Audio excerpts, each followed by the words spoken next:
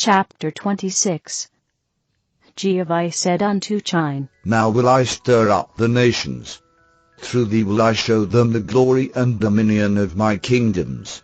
For thou shalt walk without feet, write without hands, hear without ears, see without eyes, and thou shalt rise in the air as a bird.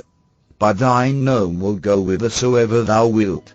And thou shalt bring down the thundercloud, and at the sound of thy voice the rain shall fall. And thou shalt say, Go away, ye clouds, and the sun will shine in the place thereof. And thou shalt come to some that are hungered, and thy voice shall rise up to me, and I will send down from heaven the food of heaven, and thy people shall eat thereof and be appeased. And thou shalt stretch up thy hand over the dead that are ready for the furnace, and they shall come to life again and be made whole. For these are the testimonies that thou art my servant, and hast kept my commandments, in which thou shalt say to them, Behold me, I am but a man. Why fall ye down before the gods and worship them?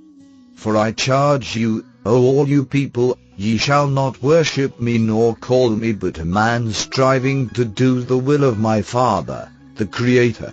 For whosoever becometh one with him, to such a man are many miracles possible. Howbeit, I declare unto you they are not miracles in fact, but possibilities granted by Jehovah unto the upright who serve him in act and truth. Jehovah said to Chine, And when thou hast shown these things unto many, know thou thy time on the earth is finished.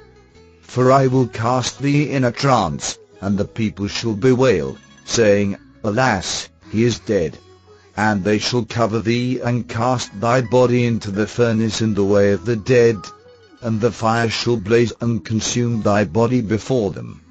But thou shalt have previously bid them watch by the furnace, for thou shalt gather together the elements of thy burnt body and restore them, and again inhabit it and go about, preaching before men. Therefore get thee ready, declaring these prophecies beforehand, that they may be testified to by men, and so be recorded in the libraries of the kings and queens.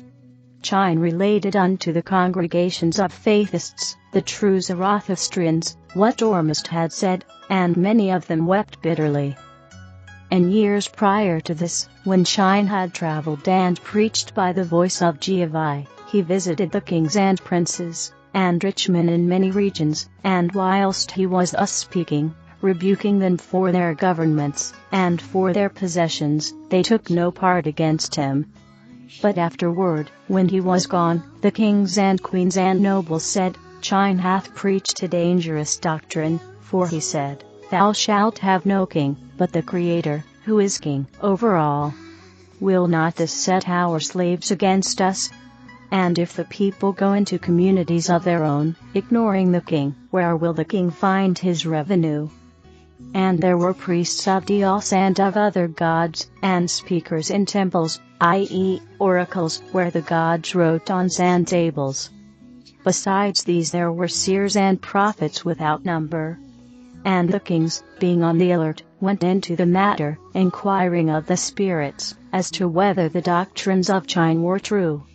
And some of the spirits said, There is no all person. Behold, we have visited the stars, and the sun, and looked far, and near, and we saw not any creator, or all person.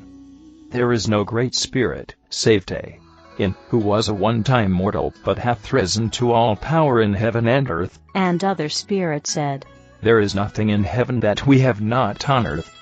How shall we find Ormuzd? Waste not your time with Chine and his doctrines, he will overthrow your kingdoms. Eat, drink, and satiate your desires, for these are the sum and substance of all things in heaven and earth. Tizi, king of Ashan, the capital city of the province of Annapolis, who was withal a great philosopher, had previously heard Chine preach, and was greatly interested. Some time after this a magician, Lucin, visited Tizi, who told the magician about the wonders of Chine. The magician listened to the king's story, and the king asked the magician, whether he could himself, in addition to his sleight of hand, manifest wisdom in words like Chine, and if so, how could it be attained? Lucin, the magician, answered, Taisi, O king, thou knowest not how thou hast embarrassed me, thy servant. For when we are young, and finding we have the natural powers for a magician, we go before an adept to be taught all the mysteries of the order, and here we take a most binding oath never to reveal by hint, or word, or mark, or written character, anything that will reveal any of our signs and mysteries, binding ourselves under great penalties, which I cannot name to thee. Know then, O king, I can answer all thy questions, and am desirous to serve thee, but what shall I do? The king said, I, being king, absolve thee from thy oath. The magician said, compared to my power, though I only beg from door to door, thy power, O king, is but as chaff before the wind. And my subtle realms are the keys of all dominions. Not only do I and my craft rule over mortals, but over the spirits of the dead. My oath, then, is too great for thee to absolve, for I cannot even absolve it myself. Taisi, the king, said, since, then, thou canst not do all things, and especially, absolve an oath, thou art not sufficient for me to deal with. Lucin, being desirous of earning something, said, as for that, O king, I tell thee I cannot reveal all, for the virtue of my art dependeth much on its secrets and mystery. Nevertheless, as I am very poor, I might reveal an index to thee, to which, if thou wouldst apply thyself diligently, thou mightest attain the remainder. The king thereupon commanded him to perform before him, agreeing to award him according to the decree of the fates, spirits. And Lucin at once fell to work, performing wonderful feats, such as causing the tables, and seats, and desks to move about and to roll over, and cause voice to speak in unseen places. He also changed rods into serpents, and caused birds to sit on the king's shoulder, and he changed water into